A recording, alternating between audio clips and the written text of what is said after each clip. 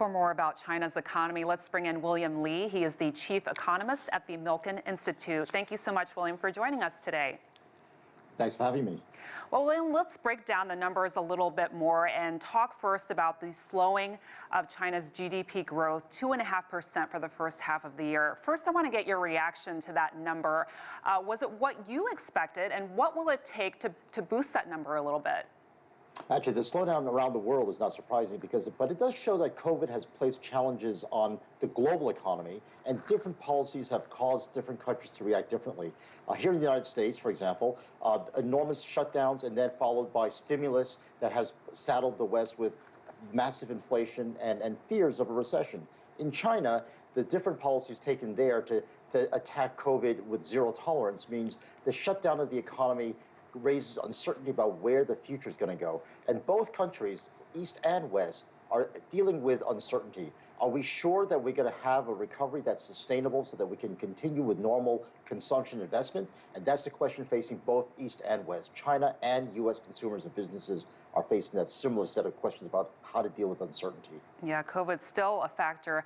A positive note, though, a positive number that came out was the rise in retail sales, just over 3% last month. Are there any particular retail sectors driving this, or is it pretty much across the board as people are ready to emerge from this pandemic and spend money?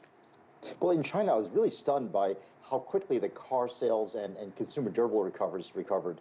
And I think that's the key sign that consumers in China seem to have some confidence that they can make these large purchases because their income may be coming back on a more sustainable level going forward. And that's a very good sign of hope.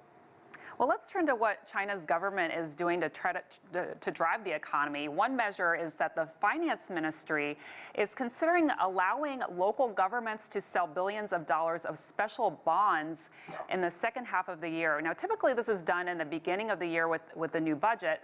So what do you make of this move a little bit, off the timeline, the typical timeline, and what effects might this have, do you think?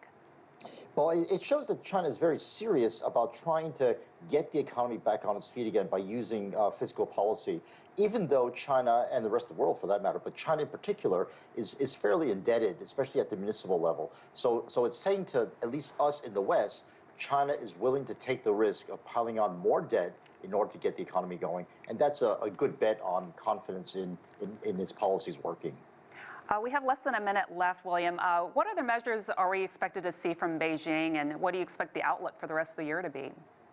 What I'd like to see, actually, is Beijing opening up, because one of the things that would help the Chinese economy as well as the rest of the world is for Chinese exports and imports to grow and trade to grow. And that means more of a focus on trying to get its external sector going. And I hope the talk of opening up will continue and no more talk of closing off and perhaps a domestic focus using a dual circulation strategy. William Li, always a pleasure, and we appreciate your insight. Chief Economist with the Milken Institute. Thank you so much.